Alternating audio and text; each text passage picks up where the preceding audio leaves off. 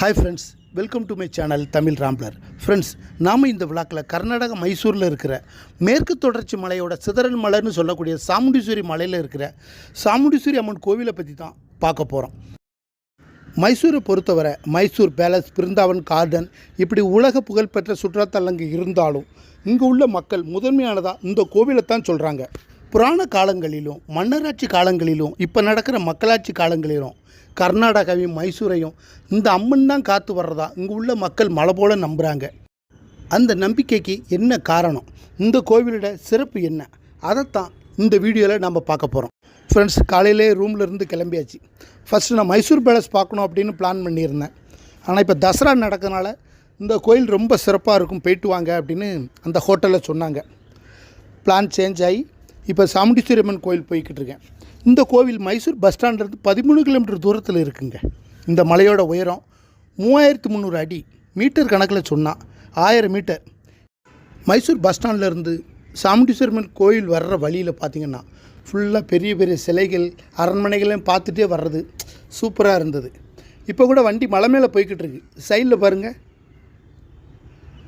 கீழே தெரியுதா மைசூருங்க. இப்படி ரெண்டு பக்கம் பார்த்துட்டே வர்றது ஒரு டிஃப்ரெண்ட் எக்ஸ்பீரியன்ஸாக இருந்தது. மக்கள் பஸ்ஸில் வந்தாலுமே பெரும்பாலான மக்கள் மலை அடிவாரத்திலிருந்து கோவிலுக்கு நடந்து தான் வர்றாங்க. நடந்து வர்றவங்க இந்த பஸ் வர ரோட்லேயே நடந்து வரலாம், இல்லைன்னா மலை அடிவாரத்துலேருந்து படி இருக்குதுங்க, அந்த படி வழியாகவும் நேர்த்தி கடனுக்காக வருவாங்களாம். இந்த இப்படி வரும்போது அங்கே சின்ன சின்ன கோயிலை பார்த்துட்டே வரலாம் அப்படின்னு சொன்னாங்க. கோவில் வந்தாச்சு. இங்கே பஸ் ஸ்டாண்டை பாருங்கள். இந்த பஸ் ஸ்டாண்டு மலை மேலே இருக்கிற பஸ் ஸ்டாண்டு மாதிரி இல்லை, ஏதோ சிட்டி சென்டரில் இருக்கிற ஒரு பெரிய பஸ் ஸ்டாண்டு மாதிரி இருக்குது. நான் மைசூருக்கு விளாக் எடுக்க வரும்போது இங்கே தசரா நடந்துக்கிட்டு இருந்ததுங்க. மைசூரில் எல்லா இடமும், நான் தங்கியிருந்த ஹோட்டல் பக்கம், பேலஸ் பக்கம், அப்புறம் பஸ் ஸ்டாண்டு பக்கம், எல்லா இடமும் சாப்பாடு, டிஃபன், பழங்கள், ஜூஸு, டீ, காப்பி எல்லாமே மக்கள் கொடுத்துக்கிட்டு இருந்தாங்க. இந்தியாவில் நடக்கிற பெரிய தசரா இந்த கோவில் தசரா தாங்க. ரெண்டாவது திருநெல்வேலி பக்கத்தில் இருக்கிற குலசேகரப்பட்டன் முத்தாரம்மன் கோவில் தசராவை சொல்லுவாங்க. பஸ் ஸ்டாண்டை விட்டு வெளியே வந்ததும் கோவிலுக்கு போகிற வழியில் ஃபஸ்ட்டு நம்மளை வரவேற்கிறது அரக்க வம்சத்தை சேர்ந்த மைசாசுரன் சிலை. ஒரு கையில் கத்தி, இன்னொரு கையில் நாகம். இந்த ஊரே இவரோட பேரில் தாங்க இருக்குது. புராண காலத்தில் இந்த ஊரை மைசாசுரன் தான் ஆண்டிருக்கார். அதனால் அவரோட பேரில் மைசா ஊர் அப்படின்னு இருந்திருக்குது. நாளடைவில் மைசூர்னு மாறினதாக சொல்கிறாங்க.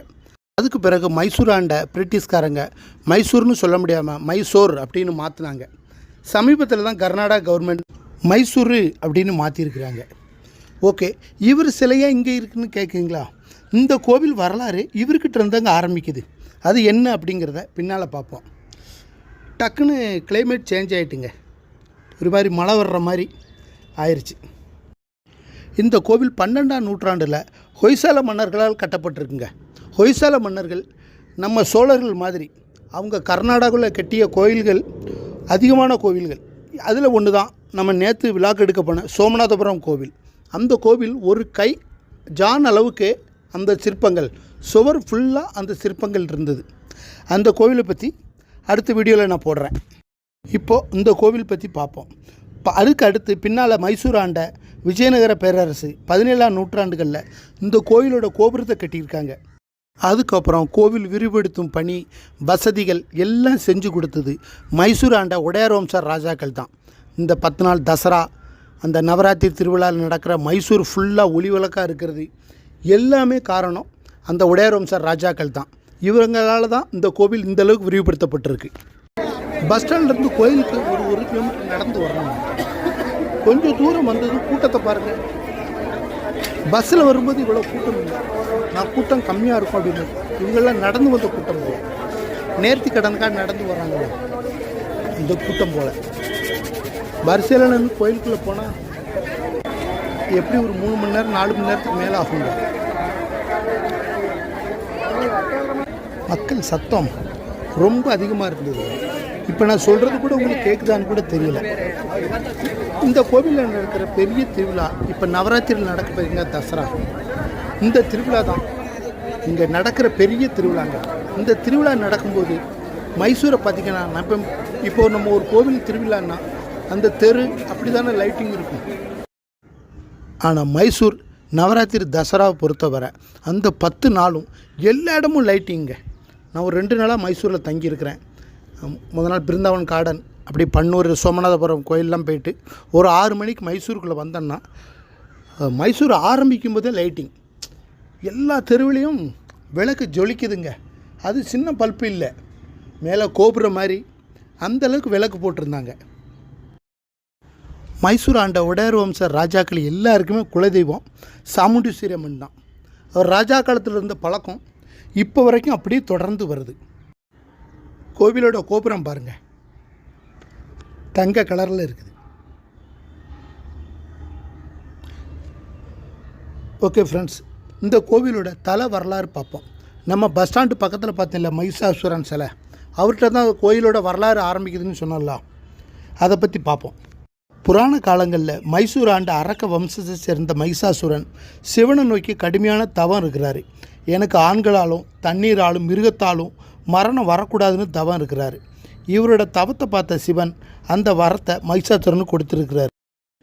பின் விளைவு தெரியாமல் கொடுத்த வரத்தால் மகிஷாசுரன் ஆட்டம் அதிகமாக இருந்திருக்குது. சிவன்கிட்ட அழியாக வரவாங்கின மகிஷாசுரன் பெண்கள், முனிவர்கள், தேவர்கள்னு எல்லாரையும் கொடுமைப்படுத்தி வெறியாட்டம் ஆடி இருக்கிறான் மகிஷாசுரன். எல்லோரும் சிவன்கிட்ட போய் சொல்லியிருக்காங்க, சிவன் வரம் நான் தான் கொடுத்தேன், நான் எப்படி அழிக்க முடியும் அப்படின்னு கைவிரிக்க எல்லோரும் பார்வதி கிட்ட சொல்லியிருக்காங்க. அதனால் மகிஷாசுரனை அழிக்க எடுத்த அவதாரம் தான் சாமுண்டீஸ்வரி அவதாரம். தண்ணீராலும் ஆண்களாலும் மிருகத்தாலும் மரணம் வரக்கூடாதுன்னு வேண்டின மகிஷாசுரன் பெண்களால் ஆபத்து வரக்கூடாது அப்படின்னு வேண்டலை. அதுக்கு காரணம் அசுர சக்தி கொண்ட அரக்க வம்சத்தை சேர்ந்த நம்மளை விட பெண்கள் பலசாலி கிடையாது அப்படிங்கிறது தான் மகிஷாசுரன் எண்ணம். அந்த எண்ணம் தான் அவனோட அழிவுக்கும் காரணமாயிட்டு. சாமுண்டீஸ்வரி அம்மன் துர்க்கையா காளியா அவதாரம் எடுத்து மகிஷாசுரனை அழித்து இந்த மைசூரை காத்து தான் வரலாறு. இதுதான் சாமுண்டீஸ்வரி அம்மன் கோயிலோட வரலாறு. ஓகே ஃப்ரெண்ட்ஸ், இதுவரை சாமுண்டீஸ்வரி அம்மன் கோயிலை பற்றி பார்த்தோம். இந்த வீடியோ உங்களுக்கு பிடிச்சிருக்கும் அப்படின்னு நம்புகிறேன். பிடிச்சா லைக் பண்ணுங்கள், ஷேர் பண்ணுங்கள், கமெண்ட் பண்ணுங்கள், முக்கியமாக சப்ஸ்கிரைப் பண்ணுங்கள். அடுத்து ஒரு நல்ல டூரிஸ்ட் பிளேஸில் உங்களை பார்க்குறேன். Okay, thank you.